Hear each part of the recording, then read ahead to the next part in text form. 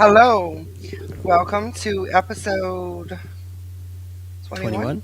21? 21. 21. Um, Tad Tonight bit late. we Tad are bit late running a tonight, little guys. late. We Tonight we are apologize for going. that. My life got twisted upside down and thrown into the shredder earlier. So, yes, I ended up a little bit late and needed a little bit of a pep talk first. So, here we are, though. And we have a good one for you guys. We're going to talk tonight about. So yeah, go ahead. Go ahead. All right, we're going to talk about boundaries. Um, we kind of thought because we were, because we were so life was throwing things at us today and whatever, and some of it was related to boundaries, and we thought, it would kind of be fun to maybe go over a bit of a little thing about it, I guess. And so what we decided to do is to play one of my videos about boundaries, and then as it goes, maybe make comments, pause it, whatever. Yeah, And maybe interact if you with us guys in the can make chat. comments, that would be awesome. That would be very appreciated. So, are we gonna start that video right Yeah, I'm like gonna let that? you start it. Boom. All right, let's do this. So, Hi, my name is Frank, and this is The Boundless Mind. Today, let's talk about boundaries. Oh, yeah, that's a fun one. I can hear you guys already. Look, what's the deal with boundaries? Why are they important? What are they? How do we set them? How do we make them known? And how do we feel good about it? A lot of questions, isn't there? Okay, what are boundaries? Simply, boundaries are limits that we set that we need to express to others in order for us to be protected from the things that would otherwise not be good for us. Example, I'm poor, I probably can't lend you $1,000. I'm suffering, going through anxiety, I probably don't want to listen to your problems for 3 hours because I'm already struggling, right? Boundaries are protecting ourselves from others. Not only that, but boundaries are also a roadmap that we have the responsibility to give others in our lives. When you meet a person, nothing is more useful than knowing these are the limits I cannot cross with this person. You have people in your life that if you were to go see them and say, hey, can you help me move? That would just not work. How do you know that? Because you kind of know from the boundaries that they have already expressed to you. Well, empaths, we don't let anybody know what our boundaries are. Think about that for a minute. Think about how unsettling that is for anybody that comes in contact with us. Not only are we not clear with our boundaries, but because we don't actually take the time to set them, then we later, after we let somebody trample all over them, we become upset. And we go, why did you do that? That's so wrong. Well, how come you didn't tell me not to? How come you didn't? You have a responsibility to yourself. Yeah, nobody's going to do it for you. Again, I repeat it. You have to do the work. I can't do it for you. Nobody can. yeah, that's true. So, take out a piece of paper. Doesn't have to be now, but at some point, take out a piece of paper and maybe write some. Just start. Doesn't matter if you write 1, 2. Doesn't matter if you sit there for half an hour questioning yourself and write none. You spent a half hour wondering about your boundaries. You're getting somewhere. You're going to get somewhere that way. That's a given. So, start writing boundaries. Am I willing to lend people money? right? Maybe you're not. Maybe you are. Now, this has to be done without judgment and without having everybody else's voice that has ever resonated in that little box that we call head. You need to put all that aside. They're not here right now.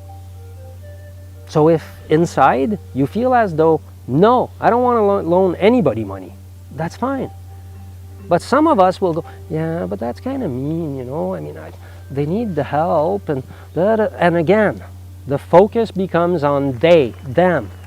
And the ironic part is that when you put the focus on them all the time, you're letting them down because they don't know where to go. They don't know how to take you. They don't know what you are. Nobody wants that. Nobody wants to have to guess where they can and can't go. I have friends I know very well. I'm not going to go see them and ask for certain things. I have friends that I can barely ask nothing from. Well, you know, I don't see them that often, but hey. I have, look, it's simple. Establish the things you're willing to do for people and the things you're not, right? If you come to me with a problem and you say, hey, Frank, I really need you to listen. You know, I'm really not doing well today. If I'm having a good day and things are going all right and I feel like I'm in my energy, maybe I'll say, hey, you know what? Sure, I can listen to you. However, I can't listen to somebody for 5 hours. I'll be drained. I'll crawl out of that room. Why? It doesn't matter if you're an empath or not. If you're listening to somebody spew everything they're going through for 5 hours nonstop, you're going home not looking good. Sorry, but you need to protect yourself better. And so it is a perfectly appropriate answer to tell that person, sure, come see me, come sit, we'll talk for half an hour. I can give you a half hour. And then for that half hour, yeah, listen attentively. Give them what you said you would give them. When the half hour ends, you now have to make a decision. Are you willing to extend it? And by how much? Or was that really where your limit was? And both are fine. But it has to be purposeful. It has to be, the question has to be asked. How do I feel right now? Can I go through this another 15 minutes? Or am I starting to be like, okay, this is heavy. So if it's getting heavy, you say, hey, you know what, bud? I can't help you any more than this. I hope the half hour I gave you helped you get some of it out. Whatever the case may be, you're welcome to come back in 2 days, whatever, you know what I mean? Like, okay. But today, we're done. You see what I mean? Don't offer what you can't give. And be firm about what you can't. Now, the other wonderful part about boundaries, and this is where empaths can benefit so much from them. The narcissist, the toxic individuals that we try everything to avoid. Why do you think they come to you?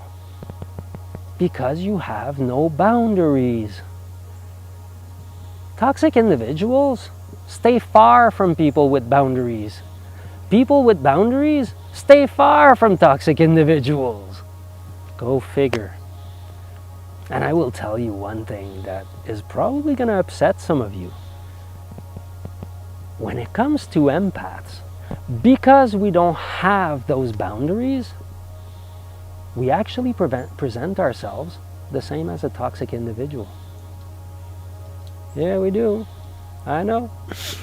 We'll have a video on that one. But think about it. Think about how those people present themselves. They agree with everything. It's true, though. They never contradict you at first. They're lovey-dovey, they love you, they love bomb you. Well, we do the same. Except we mean it, but people who don't know think we're toxic.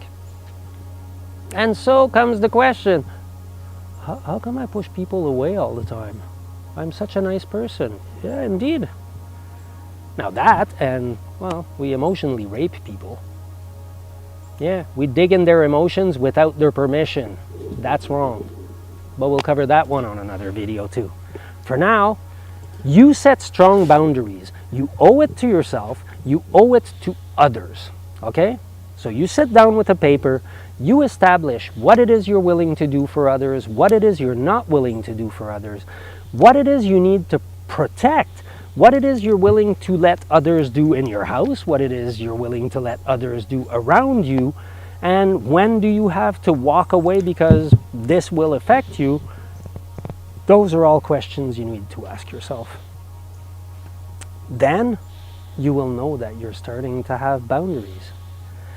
And you will move on to step 2. How do I enforce boundaries? Yeah, those are fun. Now you need to learn to say no. Yes, it's hard. Nothing worth doing is not hard. That's life. If you can't face life, guys, there's nothing I can do. Okay? Life is going to be full of suffering. Life is going to be full of challenges. It's going to be full of fears. It's going to be full of failures. You need to learn from all that in order to become successful. That is the only way, that is the only path to empowerment. But it is a wonderful path though. Once you accept that, it's really not that bad. So look, say no. If I've established that I can only lend $20 because that's all I'm comfortable lending, number one, because when it comes to lending stuff, always lend only what you're willing to lose, or else you'll lose relationships real fast. When it comes to any boundary, establish where you're willing to go, and then if somebody says, hey, can you lend me $100? No. And that's a full sentence, by the way. Just, no, I cannot. But why? Because I can't. It's that simple. It doesn't have to be more. Yes, an empath, we're all going to start where I started. No, I can't because I've decided that even though I have $100, I can only lend 20, and so blah, blah, blah. Yeah, but you have $100. Like, look, your explanation will give toxic individuals ammo. They will know exactly where to go at you to get it. Now, what is the other strength of it? Like I said, right? Toxic individuals. They will react a certain way. If I say to you, no, I can't lend you money. You're an empath, right? You're probably going to go, oh, okay, I won't ask anymore because I don't want to upset him, right? And so I said, no, you can't have $20. To me, my perception is you just went, oh, okay. Whatever you went through internally, that belongs to you. But to me, you just said, oh, okay.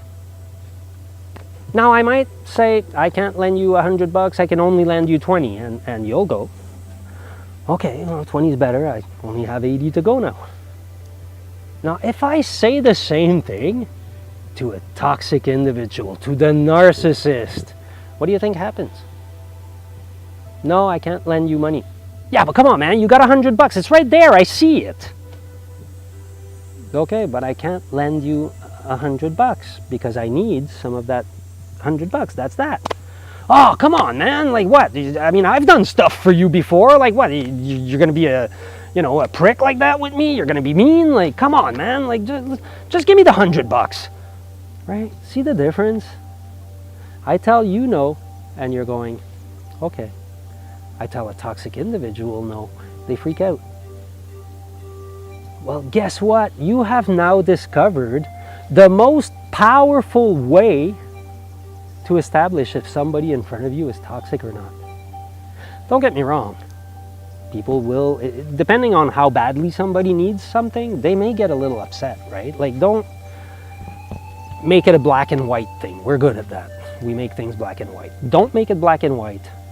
If somebody has a reaction, raise a red flag, plant it, and go, okay, we have one red flag. Let's see where we go from there. If you get more red flags, well, yeah, go away. If you don't, stick around. So here's the deal. Boundaries, what will they do for you? They will make you clear to others. They will make you somebody that others can come to and say, I know who this person is. I know where I can go. I know where I can't go. I'm accepting those boundaries. This is somebody I'm comfortable with. And you've removed half the surprises that could wreck the relationship later. And so you don't only owe it to yourself to have boundaries, but you owe it to those around you. That being said, my battery's about to die, and I would like to conclude this on a note that is maybe a little positive. Look, don't give yourself a hard time. It is very difficult to learn. If you can't say no all the time right away, that's okay. Just practice. Try. Small things. Say no to smaller things. Establish the people in your life that it's easy to say no to and practice on them if you have to. It sounds weird, but it works. So on that, I will say to you, write your boundaries, make them known, and life will be amazing. I love you. And I love those little squirrels. I'm sure you can hear them. They're wonderful. All right, look. I love you. I'm not trying to give you a hard time. I just want you to have good boundaries and to live a good life. On this, I will wish you a wonderful day. I gotta go cut that. Holy Namaste. crap.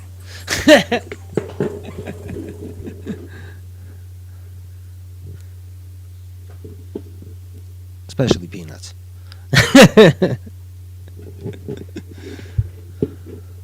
So yeah, so that's boundaries. Send peanuts.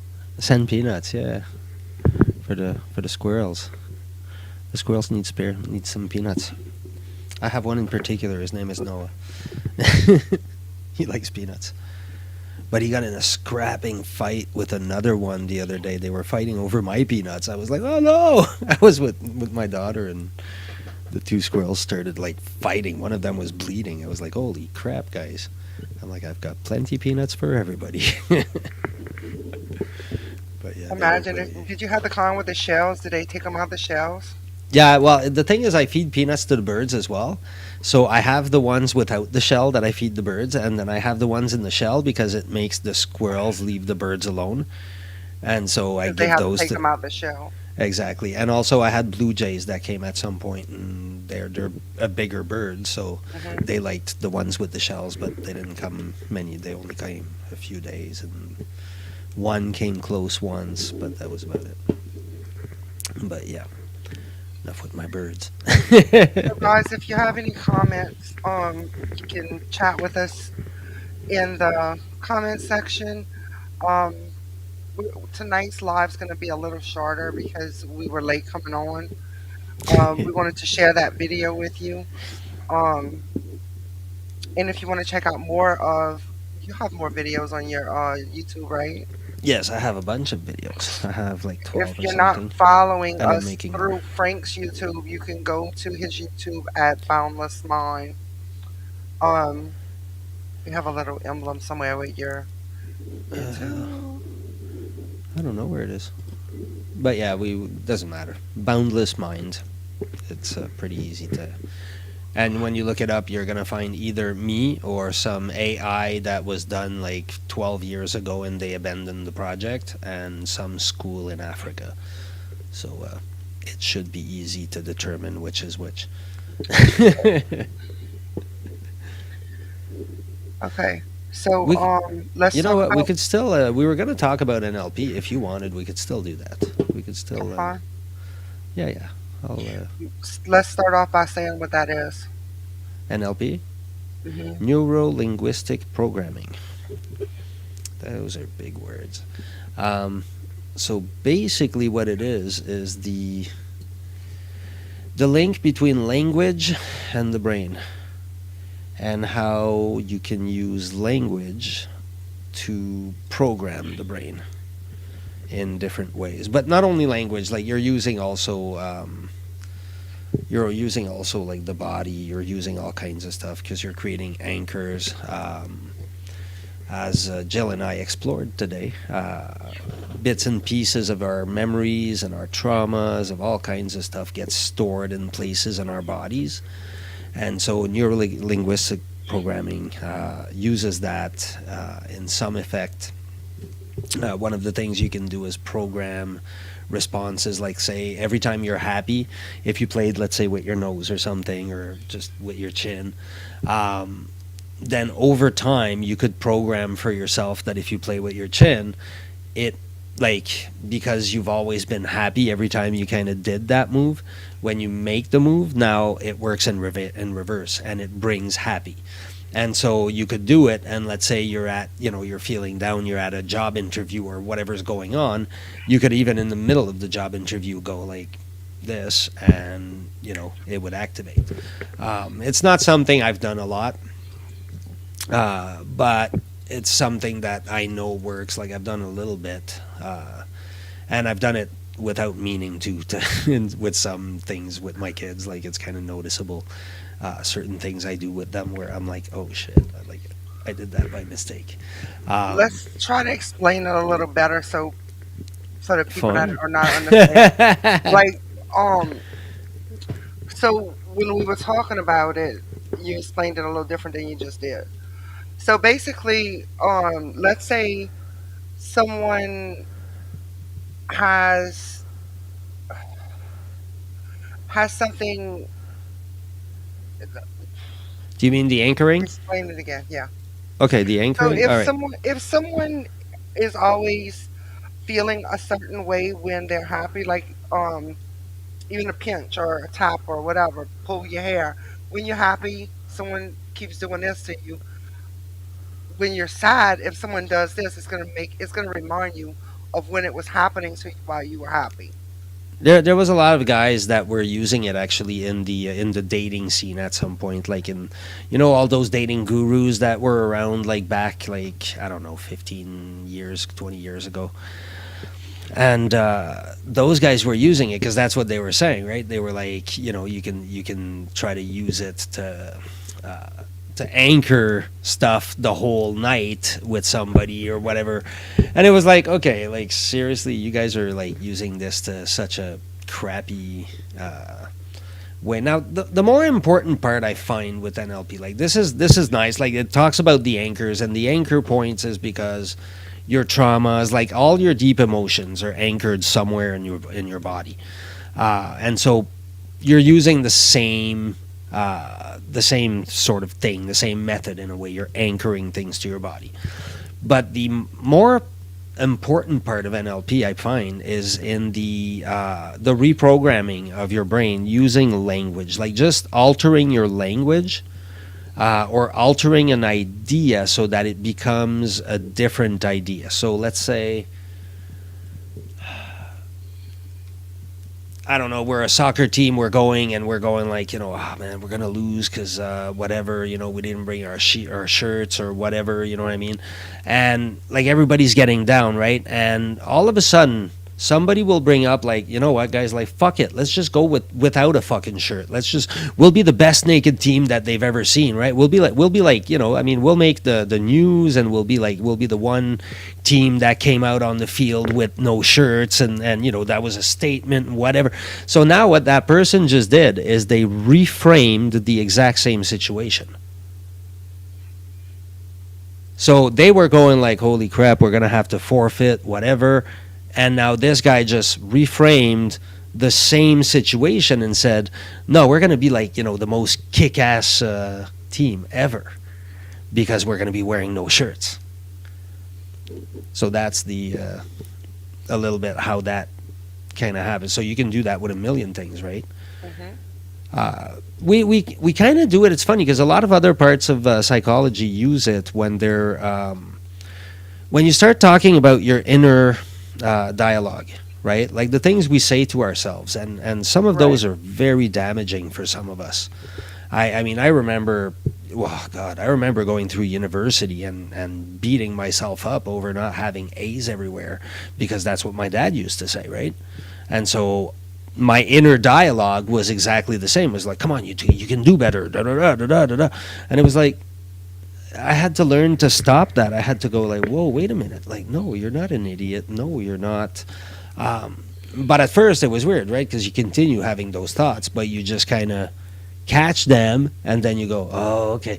And then what I learned to do was put a corrective one, right? So I would go, oh, Frank, you're such an idiot. And then I go like, whoa, whoa, whoa, wait a minute. You're not an idiot. You made a mistake. We're moving forward. We're forgiving ourselves, and here we go, right? And so that kind of disarmed it a little bit, right? So every time it happened, I would re-talk to myself like, no, no, dude, wait a minute. Like, what the hell's going on here, right?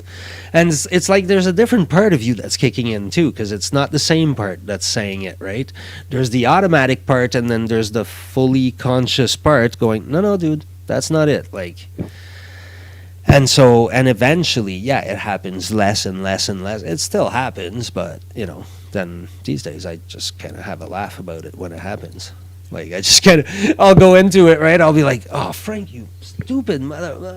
And all of a sudden I'm like, really? Is that where we're going to go today? I'm like, wow, we must be having a good day, right? And it's just like, yeah, because now I see it, and I see it for what it is. I've taken away all of its power. I've disarmed it. Ta-da. That is my hero's journey, disarming my. But yeah, so that's some of the types of reframing and whatnot that it allows. The human mind is such a gold mine of all kinds of stuff. There's so many wonders in the human brain. Well, Definitely. more than the brain, the mind, the psyche. Because I include our subconscious in that. All right, you know what? I think that's it. I think that actually covers the subject. It's all the energy I had left. It's not. It is kind of a long subject, but it takes time to explain, I think, Hmm. because like there's exercises that you can do, like Yes. today, was it today we did an exercise? That wasn't an LP though, but that was just pure It was coaching. similar though, right? But it was using anchor points though. It Hmm. was exploring existing ones. Yeah, that was. But that exercise, that's a coaching exercise. It's a very because, like I say, like anchor points.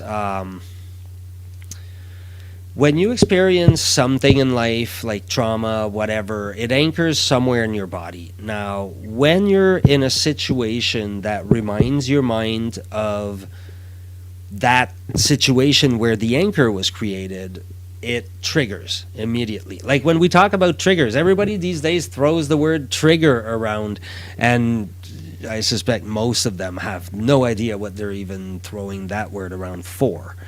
Well, triggers, they don't belong to others to fix to begin with. They belong to us Right. to fix.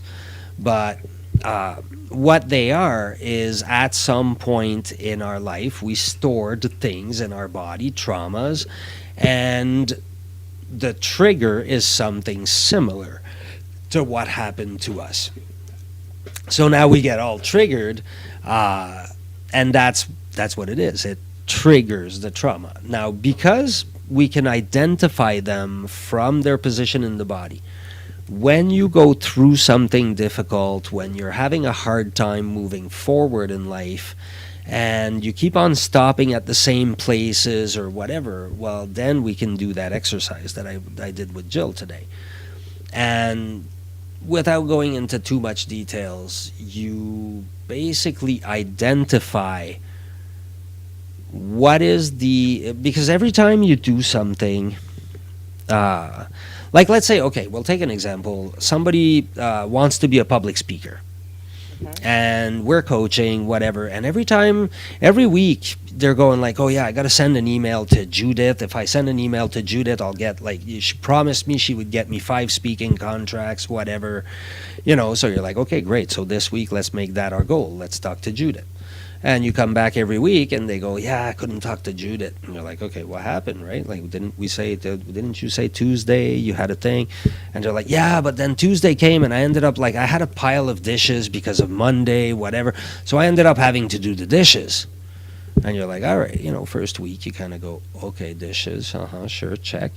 Uh, then the next week they come back and something else happened, and then something, and you kind of see patterns, right, develop, and all of a sudden you can kind of explore that and say, okay, well, what happens when you sit at the computer to write the email or to make the phone call or to, and they go, well, I sat, but then I had to go do, and you go, okay, yeah, but, and you bring them back in that space, and what ends up happening is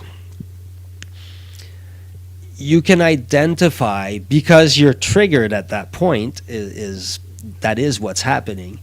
Um, you can now identify the trigger point. So if you close your eyes, if you focus on the experience of it, whatnot, you can eventually feel in your body where that particular experience is stored. Once you're able to do that, then you're able to go back and visit when you first started experience, when you first developed the trauma. Sometimes it won't be when you first got it, but it'll be early experiences that include it or that were already triggers for it, and then over the course of a couple of sessions, whatever, you can kind of move back if need be. But at the same time, a coach's job is not to, I'm not a therapist, like I'm not here to explore your traumas beyond. I'm here to explore your traumas as they stop you from moving forward in whatever it is you're trying to accomplish. And they may, but we deal with them mostly in that basis. So that's the gist of how that thing works, I think. Did that describe it well? Yeah. So, can you give some examples of what type of? I know it's any type, but like, what would be the main type of people that may want to experience this, or like this It's type of well, coaching? I'll tell you. Here's what I'll tell you: the kind of people that I would like to coach. Like, that's one thing. Because okay, like, anybody could experience it. Like, yes, like you just said, because people will be blocked when it comes to all kinds of things in their life, right? It'll come to, I'm looking for a new job. Every time I go to a job interview, this happens. I mean, I've helped people with dating. I've helped people with jobs. I've helped people with businesses. But where I am now, like what I want to coach now is more because I'm also a guide. I also guide people on their spiritual journey into trying to find what resonates with them and trying to find, like, practices that will work for them, so we can get them results. So that's more the clients I'm looking for now. Like, that's more the vibe. But at the same time, the thing is, when you're helping somebody on that path, well, you're helping them on the life path. You're not helping them on it's a one holistic thing, not separate. Your spiritual life and your job are not separate. They're one thing. They're you. They're, like, your life decisions. Right, They're, they begin to mesh together, yeah. They're all like, especially when spirituality is people life. start awakening. Well, it's because even the people sleeping, right? They're spiritual beings. They just don't know, but they are, right? Like, spirituality is just an awareness of something. I guess it's not because you're now in a different place, right? You're still on the same earth. You're still living with the same people. You're still, like, it's all the same thing, except you're now aware of it. You now see layers you didn't see before. And then as you move forward, you see more and more layers that you didn't see before, and they're all just as crazy one after the other. because at some point you start getting into the whole experiences of like we are energy and we are, and those things start having meaning to you, and when they do, I mean that's a whole nother, like there's so much to explore with humans, and we're so far right now. I don't know what to say sometimes to, like, I feel like right now humanity is at risk sometimes. Like we're letting our ego take over. We're letting everything, like we're not taking I don't know if you noticed. I mean, like seriously people, while we were on this very podcast, we were talking about we showed a video, and when that video spoke about personal responsibility, immediately we dropped viewers. Immediately. And that's what humanity is trying to avoid right now, but that's what we all need to embrace is personal responsibility. We all need to look at ourselves. And unless we're able to do that, I don't know what the hell's going to go on with us. Like right now, we're a train wreck. I can't We imagine sure this are. going well. But I think a lot of people are awakening right now. Oh yeah, no, it's that is amazing. That part is like completely nuts. Yeah, that's true though. I can't like. It's just that I see both, and it sometimes it hurts me so much to look at the part of humanity that's not waking up, and then other times I just focus on the ones that are, and I don't have time to look at the others really, but. But when I do, sometimes I feel like, holy crap! Like, can they not get it? Like, how asleep can they be? And it's not even half of them. It's not even their fault. We have to let them get it. We have to let them get it on their own because we can't force anybody to get it. But No, I think you can that, plant seeds though. yeah, definitely. Yeah, you can plant seeds, and then they get it eventually when they're ready. Oh yeah, no, you can't.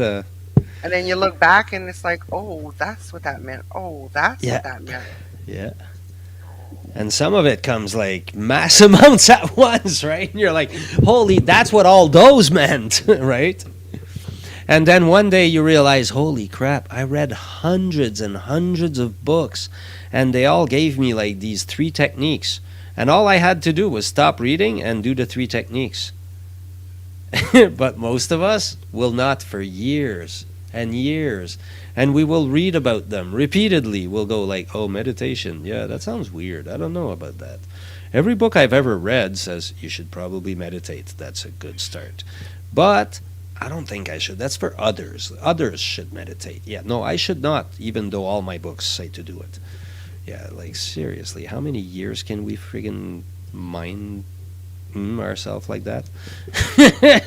I think for the people that are saying that meditation, like they don't want to meditate, whatever, they haven't actually tried meditating.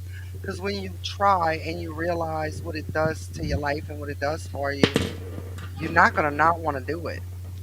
It's because people have a hard time. Don't forget, they're coming with a brain that's racing. They're like, the first time you sit to meditate, right? Like, I think this is important. I think this is never addressed, and it's very important. The first time you sit to meditate, you're coming at it a nervous wreck. You've probably been like in fight or flight in your life most of your adult life at the very least. Like you're always in a situation of stress, always in a situation we can't breathe. We're going through life like we're eating McDonald's with one hand, drinking pop out the other, and freaking running to like our 60-hour job. And like, yeah, we sit to meditate. Somebody says, sit with your thoughts, and you go, what the hell kind of drugs are you on? Like, that can't be. Like, what do you really sit with my thoughts? I mean, come on, I don't got time for this crap, right? And so you got to kind of take it a little easier than that. First, you got to put the brakes, right? So at first, take 5 minutes a day to just take 5 minutes a day. Nothing else. No other purpose. Just to take And five it minutes doesn't a even day. have to be five. If five's hard to start with, you can start with Start three. with one. and move yourself up. You can add a minute every week or whatever you Yeah, have to like do. anything. It doesn't But matter but what to you sit have with to your do. thoughts actually gives you a chance to go through them and to process them. Whereas a lot of times in the everyday world with busy life, if we don't meditate and we don't necessarily, that's why we have more problems. If because we don't sit with our thoughts and meditate. Well, yeah, we're afraid of our thoughts. Hey, there was a time when, if you had told me, actually, there was a time when I was told, because there was a book written about. It's a place in Quebec. It's a retreat where you can go and you go and you end up with a little cabin or whatever, and you sleep there, and you're in the woods, like you're in the middle of the woods, and you go there for, I think it's a week or a weekend or whatever, and or either or. Um, but you go there and you're in silence. You're not allowed to speak to the other people. You're not allowed. You just go there and sit with yourself. And when I first heard about that when I was younger, I almost panicked just hearing about it. I was like, "What do you mean, like a full week without talking to anybody? With a no, that can't be. Like, there's no way I can't do that. What?" And at some other point in my life later, I went, "Okay, wait a minute. Why can't I do that? Like, what would be so wrong with that? Obviously, other people are able to. Those guys make money. The place still exists." And I realized, I went, okay, no, it's because, like, yeah, why can't I sit with my thoughts? And then eventually I went to therapy and realized that, yeah, I had a lot of messed up thoughts, and I had a lot of, like, there was a lot of stuff that didn't come from me. And half of my thoughts were borrowed anyways. They were being rented to all kinds of other people. Like, there was so many people in my head, it wasn't even funny, right? There was my parents, there was like my uncles, my aunts, my every teacher I had ever had. Like, everybody was speaking in there except me, because they had all told me that I shouldn't speak. Well, no, that's actually not true. Once you become an adult, like, that all switches, but everybody just kicks you out of the house and you're on your own. And you're like, okay, wait up. So what did they say? They said, listen. All right, cool. Who do I listen to? Like, you know what I mean? Because you're not equipped anymore. Everybody wants obedient kids, and then they assume that they're going to kick them out of the house and they're going to become accomplished adults. No, they're going to become obedient adults. That's what you're creating. But it's like, yeah, we don't. I don't know, man. The way we treat our brain is sad. But it's because we have the wrong response to the situations we're living. We're living in a world where stress is like our main source of our main source of concern, if you will. But our reaction is one of fight or flight. So when we get stressed out, we react with fight or flight, which is not the right reaction, because there isn't a monster to fight or run away from. You're just stressed out.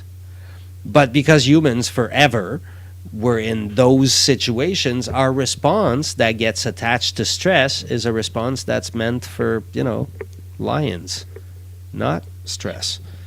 So we're ill equipped. We're responding to lions, and there are none. And we're all walking around fighting lions. Basically, we're all walking around like in this fight or flight, like, and like it's not bringing us anything. So when we go to meditation, all of a sudden we can step out of that. We can realize that there's no lion. We can say, hey, wait a minute, my thoughts are going a little hardcore right now. What's happening? Why am I so?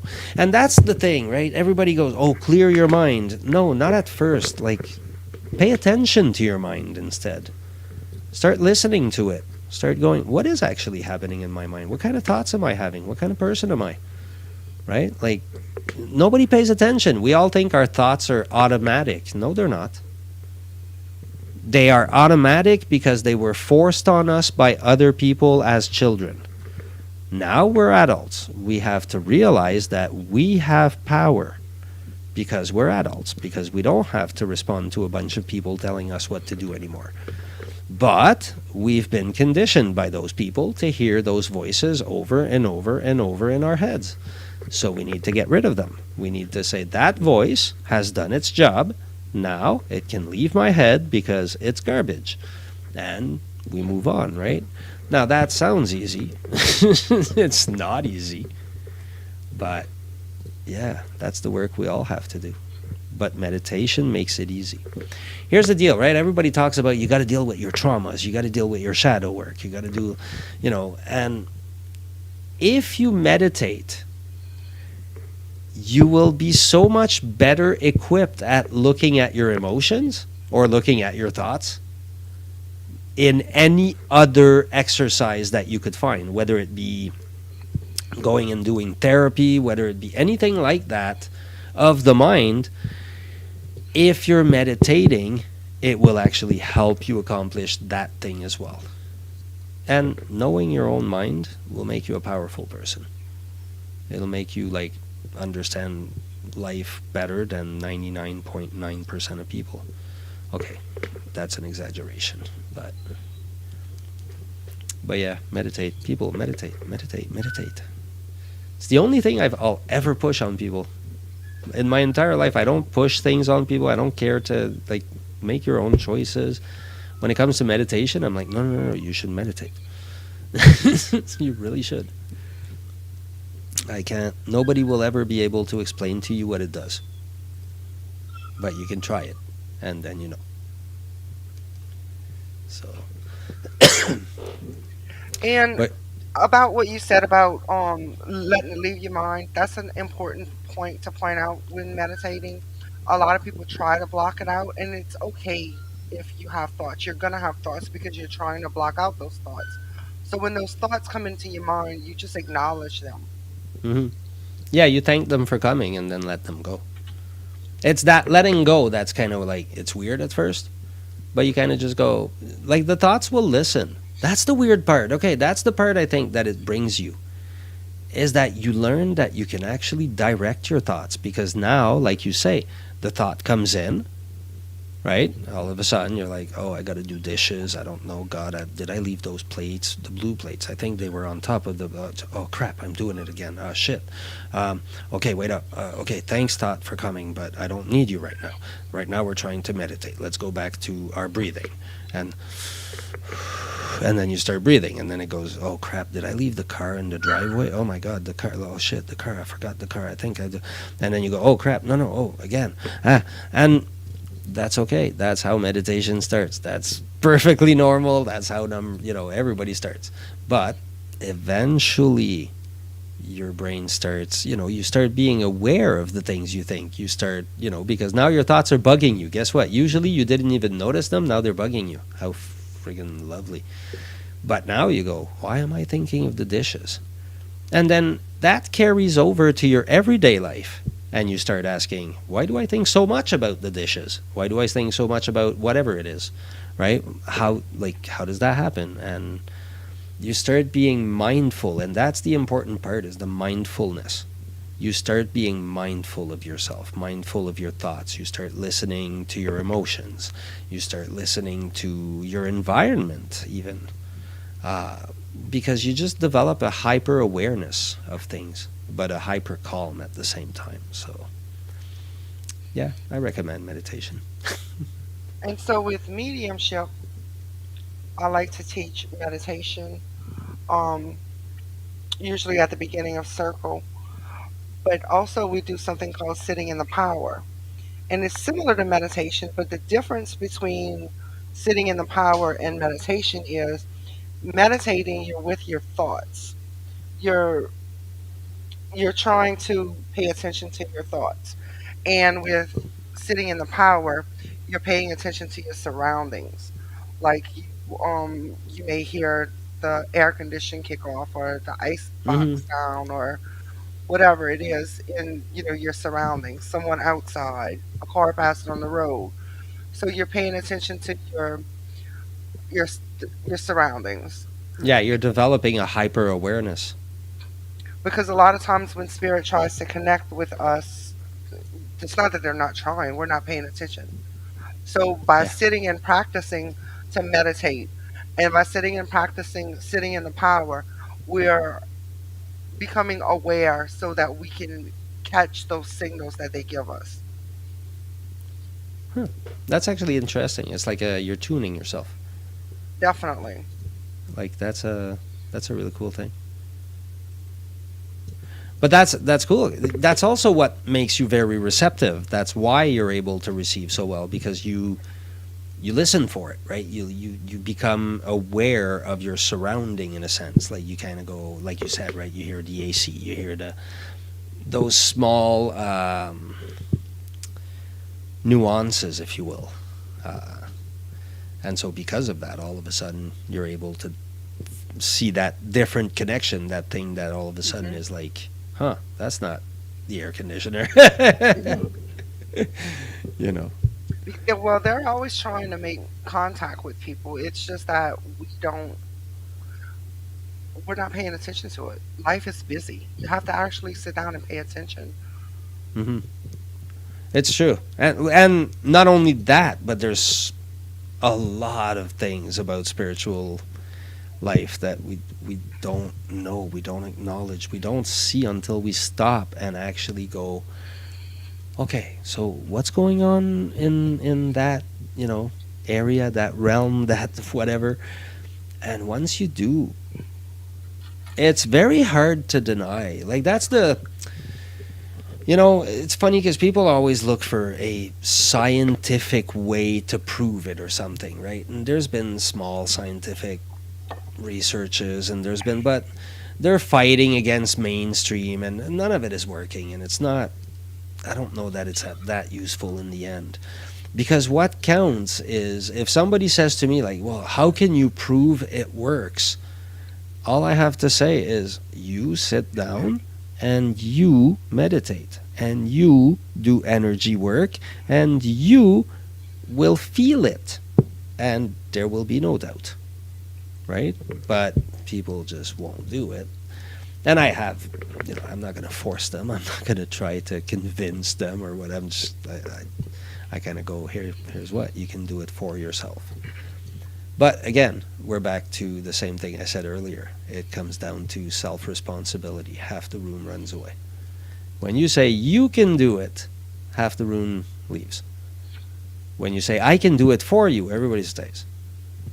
But if you say you have to You have do to it, put the work in. It's a lot of work. yeah, It takes a long time. I mean, yeah, people can do it and like can make connections and do all these things sometimes faster than others. Um, but you have to put the work in. It yeah, takes work.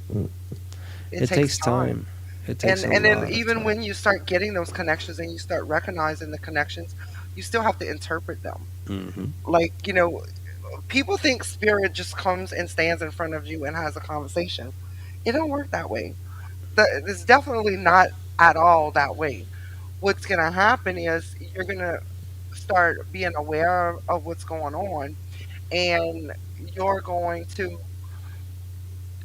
start noticing these things that happen, and then you have to figure out the interpretation of what it means, because it's an impression. Spirit has no voice. They can't talk to you. um they have to impress our minds. So if someone says they're hearing spirit, yeah, they can hear, but it's not because they're actually hearing. It's an impression on your mind. They're Just like, they're giving it form. yeah, like when you talk to yourself or you hear that voice inside your head, that's really a voice inside your head. Hmm. There's multiple voices inside your head, actually. And I think that's the main thing that people don't understand about, they're like, how do you do this? How do you do that? Like it must be like so special. Yeah, it's very special, don't get me wrong, but you can do it too if you actually put your mind to it. If you really wanted to, you could. Anybody could. It's once you get the hang of it, it's easy to do. It's training. It's most of what I do, anyways. Like it all revolves around the Kabbalah and stuff, and that entire system is built upon the premise of forcing your brain to think in new ways. in new directions, in ways that it would not otherwise think. And then through thinking those ways, through categorizing things and whatever, like you use it for explaining everything, right? And once you start categorizing everything and you start playing with everything in your mind, well, now everything starts having a place. And that makes a difference in your life. And for some reason, something comes out of your subconscious at that point. And, they always say, and they are right. And, well, I guess I say it too, but it's what you're going to learn is not going to come from a book. Ultimately, what you're going to learn is going to come from within you. The book is only going to teach you how to look inside, but it can't look inside for you. Like that looking inside, that's what we have to do. That's where the answer is inside you. But that's what people fear, because in order to get to that inside, you have to look at everything else that's layered over top. And what's layered over top is all the really uncomfortable stuff about ourselves. Right? You have to be able to look at yourself in the mirror and see your dark side. You have to be willing to, like the level of self-acknowledgement that you need to reach in order to finally hear it is very high. But if you work at it and if you persevere, you get there. There's no doubt in my mind about that. If you look at yourself, if you really earnestly say, who am I?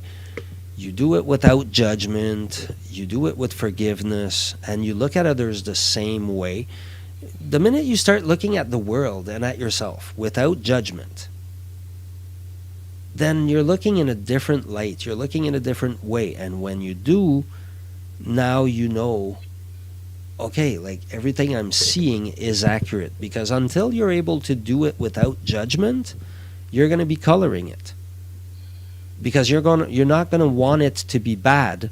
You're going to want it to be good, right? Like, who defines bad or good? We do. So you're going to color everything you come across. If you don't judge it, if you look at things for what they are, right? It's not beautiful, it's not ugly, it's not big, it's not small, it's not good, it's not bad, it's not white, it's not black. It's all those things. It's every single opposites put together. Like, that's the way our world works. And it's everywhere. We've been told everywhere about this duality. We've been told in the Christian faith, when they talk about the tree of the knowledge of good and evil. We've been told in every other religion. Every religion ever has spoken about this polarity thing, right? I mean, female, male, although these days, who knows? But, I mean, all those things, they all rest on that duality. But here's the deal.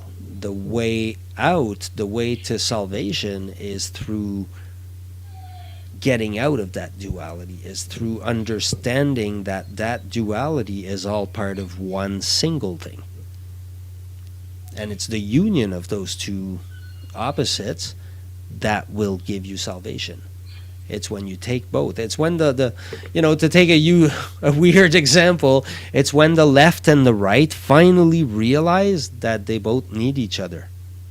Mm-hmm. That's when we come to something. Until then, we fight.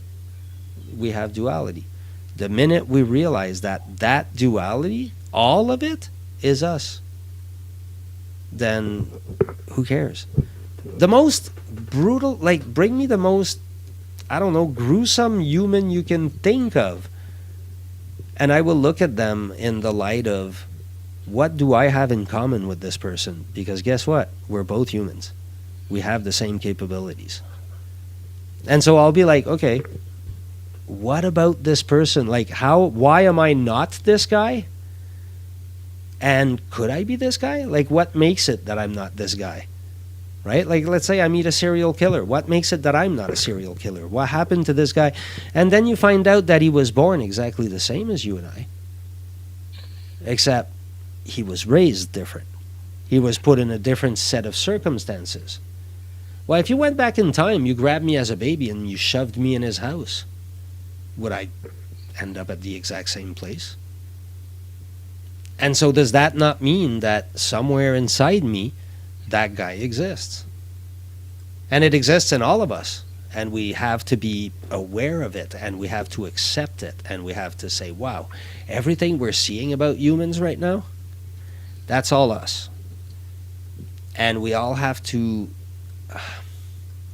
reintegrate those parts of ourselves and realize that we're all messed up. Like, humans are a messed up bunch, but that's okay. If we accept ourselves, we can be less messed up. But when we do, what's going to happen is the divide between good and evil, whatever, that divide will cease to exist because they'll be part of the same human. Yeah, I think 99.9999% of the population has some kind of trauma. It may not God, yeah. be serious trauma, but there's some type of trauma in everybody. There's something that affects everybody. Yeah, but hitting your toe on the side of a table is a trauma. Hmm. Like, I mean, that's, a very basic one. But yeah, Right. we It's all not have going to traumas. last forever, but in the moment, it is a trauma. A trauma is not a. People always think like a trauma has to be, I was getting beat up as a child, right? A trauma can be your girlfriend left you. That could have been a trauma. Like, a trauma can be when you were a kid, you went on stage, like we were talking about earlier, about, the person that wants to be a public speaker. If their trauma is that when they went on stage when they were 7 and little Ricky laughed at them and they really liked little Ricky, guess what? That's a trauma. That's a really strong one too. And They that will might have be a the same problem. person that has a problem with public speaking That's later what in I'm life. saying. Yeah, that's exactly the shape it'll take. But That's the as exercise we easy did, as it that's what starts. works. It starts that easy. It can start that easy. So Hmm. when we talk about trauma, it's not necessarily someone that's been in a negative household or an abusive household. It could be No, something that happened at school, something that that's exactly it. happened one time.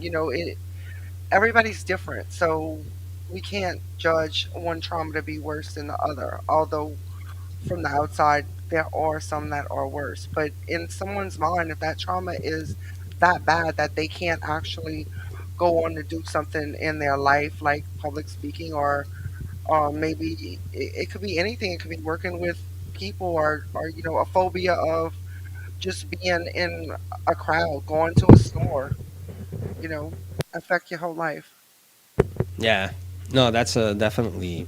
It's like the definition of a trauma is one thing, and then like, yeah, I mean, if you have a trauma because something small happened in your life, whatever, you're probably not ever going to end up in a therapist's office or in a coach's office or in wherever and talk about those with anybody, right? Like, because they never affect you. But the ones like you just described, well, that will affect you. That's something that as you're going through life, that's something I always say, like, when it comes to traumas, people are like, "Oh yeah, you got to deal with your traumas," and it's like, no, you got to deal with your shadows. That you have to. Your traumas, you got to deal with them as they become relevant. You don't want to just go dig in there and find a whole bunch of trauma because yes, you're gonna find thousands and they're gonna hurt you, and you probably didn't need to see 953 of them. But the other 48 you were going to have to deal with at some point or another. But I mean, yeah. So you got to kind of like, just as it comes up, if it blocks you in your life, you deal with it. So, okay, guys, we started a little late tonight, so we're gonna end A little soon. early. Yeah. Well, I mean, yeah. But we want to invite you all to come back and visit with us next week. Next Absolutely. week is gonna be Tuesday, I believe. And this time I'm going to try to have my life in order. I don't know, something. Tuesday, the 20th of December. It's gonna be our last show before Christmas. If someone has something they want to discuss, um, let us know. If someone has something they're dealing with for the holiday season that they need help with, let us know and we'll talk about it. Um, Here on the live, we'll get the answers you need. Exactly. Exactly.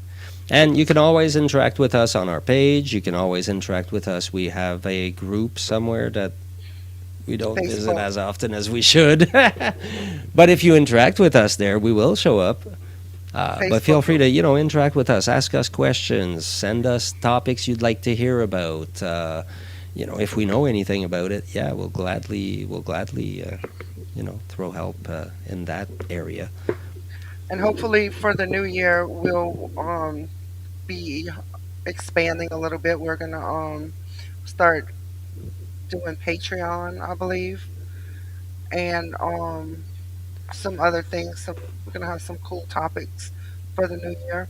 Yeah, we're trying to look at a few different things that we could add to the mix there. And don't forget, visit our website. We have a couple of articles there. We have a few things we're trying to grow slowly, slowly but surely. And so, And as always, please like and share the live. Interact with us in the comments. We'd love to hear from you. If even if you don't have any questions, just say hi. all right. Well, on that, I think we're gonna call it a night, and I'm gonna go vanish in my bed. Same.